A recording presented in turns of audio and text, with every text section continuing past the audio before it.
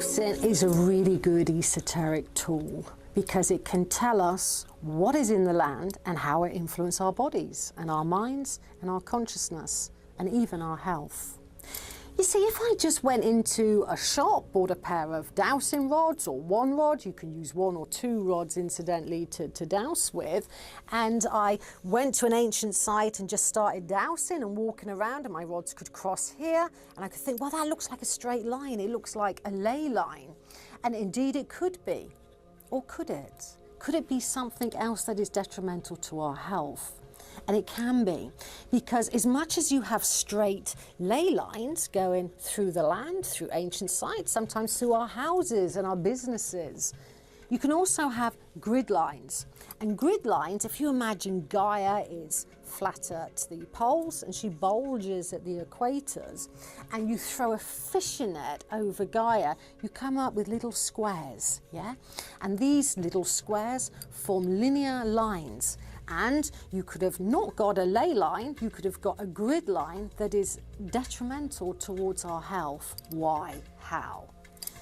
It was discovered by Dr. Manfred Curry way back in the 1950s that where he took a blood sample in his surgery determined whether the blood was thick or sticky, whether it was kind of good or bad, if you will, to simplify the concept. Then he realised, yes, where he took the sample influenced our blood, therefore influenced our health. And what he discovered was called the Curry net, or the Curry grid, after Dr. Manfred Curry. And what Curry discovered was, roughly speaking, in the UK, for example, every 3.5 metres, you will have a square. 3.5 metres, 3.5 metres. The grid comes in an angle of northwest at 45 degrees, west of north. So it comes in at an angle like that. So some people could go to an ancient site and think, oh wow, I found a ley line, but no, they haven't. They found a grid line.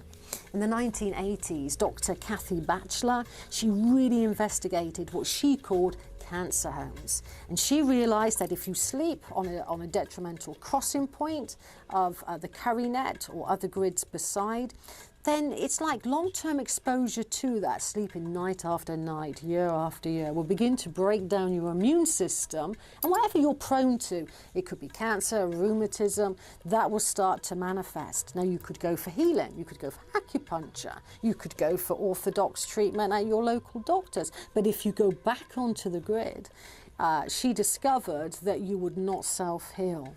A much later survey done of 8,000 patients in a German hospital discovered that 1/3 of all hospital admissions were down to geopathic stress. And geopathic stress is underground water quite close to the surface in an aquifer, or these grid lines, for instance. So it's good to know a grid line, whether it's good or whether it's bad. And it's good to know, if you're a professional dowser, that you can name that which you dowse. So instead of just saying it's all energy, professional dowsers can start to decode ancient sites and tell you, and that's geopathic stress. But Gaia is a beautiful, beautiful body going through space with her solar system family. And Gaia can produce positive earth energies. And I was taught about dowsing a very interesting concept about water. And the interesting concept is this. Of course, rainwater falls from the clouds, and don't we know it in the UK? It falls from the clouds and fills up the aquifers, the underground streams and the underground lakes. Now, that is correct. Nobody would argue with that. And some of that rainwater could have fallen 40, 50,000 years ago and be in deep aquifers.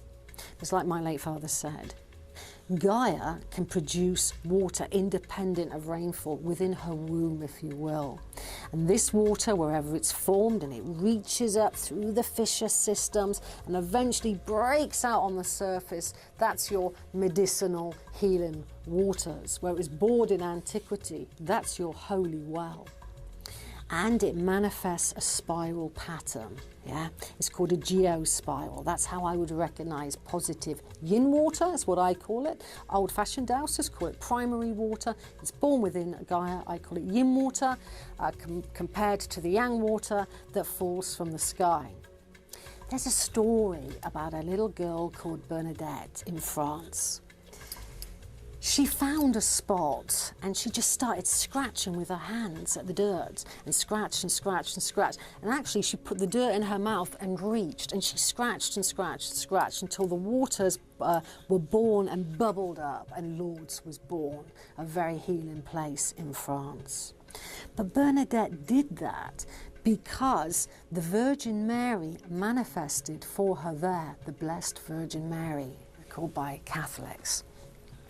In our research from Guy Underwood, going back to the 1940s, to my late father in the 80s and onwards, and my own work today, we have found that where you get these pockets of very healing water and the spiral, you often get a manifestation of the goddess. Now that goddess could be the Blessed Virgin Mary to a Catholic, it could be Isis to somebody in Egypt, but a feminine figure quite often manifests. So we associate these spiral patterns of Gaia to deep yin water to the manifestation of the goddess herself.